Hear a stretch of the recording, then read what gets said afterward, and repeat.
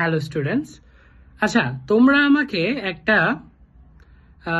জরিপে সাহায্য করো। সেটা হচ্ছে যে আমি খেয়াল করলাম মিশন 26-এ যারাই এনরোল করছে বা ধরো যে মানে সাধারণ স্টুডেন্টদের আসলে মেইন সমস্যাটা হচ্ছে ভাইয়া পড়তে ইচ্ছা করে না। মানে তুমি স্টুডেন্ট, তুমি পরিচয় দাও পৃথিবীর সবখানে যে ভাই তুমি স্টুডেন্ট। স্টুডেন্টের কাজ কি? পড়াশোনা করা।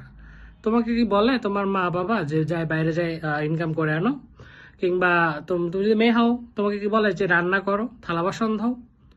স্টুডেন্টের কাজই হচ্ছে পড়াশোনা করা।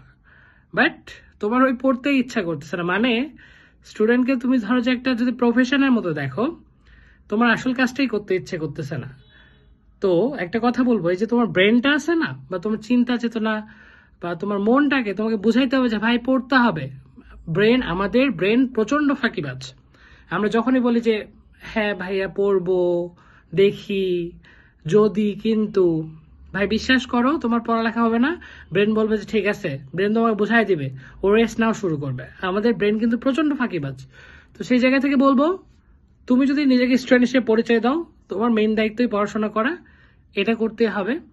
আর মিশন 26-এ অনেক স্টুডেন্ট এনরোল করছো, তাদেরকে গত 1-1.5 দিন ধরে প্রচন্ড পরিমাণ চাপের মধ্যে রাখা হয়েছে, পড়াশোনার মধ্যে রাখা হয়েছে। তুমি যদি জয়েন করতে চাও আমাকে নক করতে পারো, আমাদের হোয়াটসঅ্যাপ নাম্বার নক করতে পারো। ইনশাল্লাহ একসাথে মিশন 26 এইচএসসি পরীক্ষায় আমরা একটা চেষ্টা করবো ভালো রেজাল্ট করার।